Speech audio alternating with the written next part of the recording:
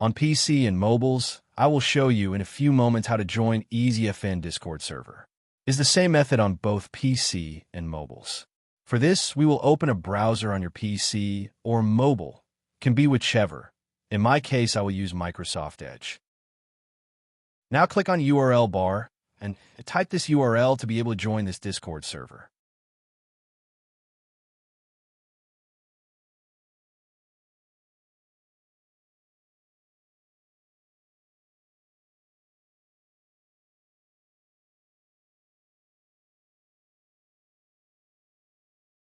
Doing this will automatically start your Discord application if you have it installed.